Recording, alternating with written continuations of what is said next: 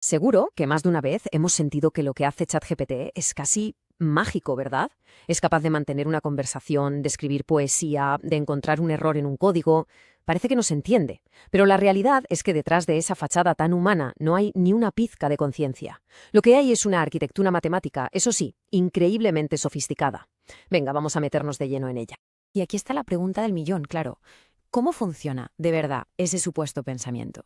O sea, ¿qué pasa ahí dentro, en sus circuitos, cuando le pedimos algo tan complejo como que nos explique la física cuántica o que nos ayude a redactar un correo importante? Pues la respuesta es sorprendente y mucho más simple de lo que parece. No piensa, no razona, no comprende. Lo que hace es predecir. Es, en esencia, una máquina de predicción estadística brutalmente eficiente.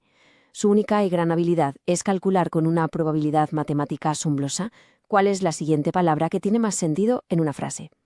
Toda esa inteligencia que parece tener se basa en eso, predecir la siguiente palabra, una y otra vez. Entender esto, que es un motor predictivo, es la clave para dejar de verlo como una caja negra mágica y empezar a usarlo con cabeza, con una estrategia. Así que si les parece, vamos a levantar el capó para ver qué piezas tiene este motor y cómo funcionan. En el corazón de todo esto está lo que llamamos un modelo de lenguaje. La mejor forma de imaginarlo es como un estudiante que se ha leído, literalmente, todo Internet. Millones de libros, artículos, conversaciones, una cantidad de texto inabarcable. Pero ojo, no se lo ha memorizado como un loro. Lo que ha hecho es analizarlo todo para identificar patrones, cómo se construyen las frases, qué palabras suelen ir juntas, qué estilo se usa en cada contexto, todo para ser el mejor del mundo prediciendo la siguiente palabra. Ahora bien, para que este estudiante pudiera dar este salto de calidad tan bestia, necesitaba un cerebro nuevo, una forma distinta de procesar la información. Y esa revolución llegó en 2017. Se llama la arquitectura Transformer y es, sin duda, el motor que impulsa los modelos de lenguaje que conocemos hoy. Es que la diferencia con lo que había antes es radical. Los modelos antiguos leían el texto como lo haríamos nosotros, de forma secuencial, una palabra, luego la siguiente, luego la otra.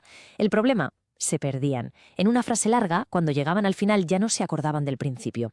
El Transformer, en cambio, lo cambió todo, porque procesa todas las palabras de la frase a la vez, en paralelo. Es como si tuviera una visión de 360 grados de todo el texto, lo que le permite entender las relaciones entre palabras, aunque estén muy separadas. Y el secreto de esa visión panorámica, su verdadero superpoder, es el mecanismo de atención. Pensemos en ello como si el modelo tuviera un subrayador.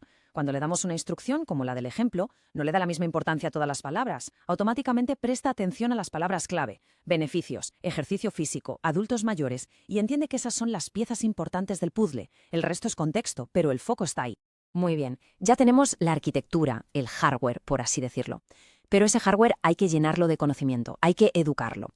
Y este proceso de aprendizaje tiene dos fases muy claras. La primera fase es el preentrenamiento, es la universidad. Aquí es donde se lee todo Internet para aprender sobre todo un poco: historia, ciencia, cultura pop, cómo escribir un email. Adquiere un conocimiento general inmenso. Y luego llega la especialización, el ajuste fino, o como se le conoce, fine-tuning. En esta fase se le entrena de nuevo, pero con un conjunto de datos mucho más pequeño y muy específico. Esta analogía es simplemente perfecta para entenderlo. Tras el preentrenamiento, el modelo es como un médico de cabecera, sabe mucho de todo, pero no es experto en nada. El fine-tuning es como hacer un MIR y una residencia. Lo convierte en un neurocirujano, un especialista con un conocimiento súper profundo y preciso sobre un campo muy concreto. Vale, la teoría está clara, pero vamos a ver un ejemplo práctico para entender el poder real de construir uno de estos especialistas.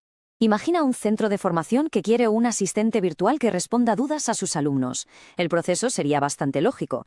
Primero, se recopila toda su documentación interna, normativas, preguntas frecuentes, temarios. Segundo, se preparan esos datos en un formato de pregunta-respuesta.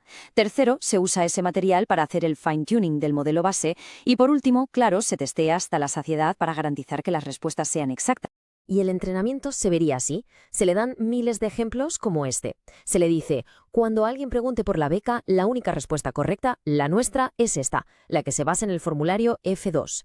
Al repetir este proceso, el modelo no solo aprende la información, sino que aprende a hablar con el tono y la terminología exacta de ese centro. Se convierte de hecho en un experto sobre esa normativa.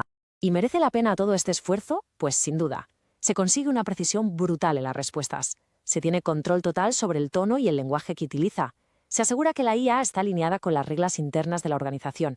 Y al final, lo más importante, se ofrece una experiencia al usuario que es infinitamente más útil y fiable. Y con esto llegamos al punto más importante que debemos recordar siempre. A pesar de toda esta tecnología y entrenamiento, ChatGPT sigue siendo una herramienta de probabilidad. No sabe que lo que dice es cierto. Lo que sabe es que estadísticamente es la respuesta más probable. No es una fuente de verdad, es un generador de texto increíblemente avanzado. Esto nos deja con una reflexión final muy potente. Ahora que hemos desmontado la máquina que hay detrás de la magia, la pregunta que nos tenemos que hacer cambia. Ya no es qué cosas increíbles puede hacer, sino más bien cómo podemos usar este conocimiento sobre su arquitectura y su entrenamiento para ser mejores usuarios, para hacerle preguntas más inteligentes, para evaluar sus respuestas con un ojo crítico y, en definitiva, para convertirla en una herramienta que de verdad trabaje para nosotros de forma eficaz y segura.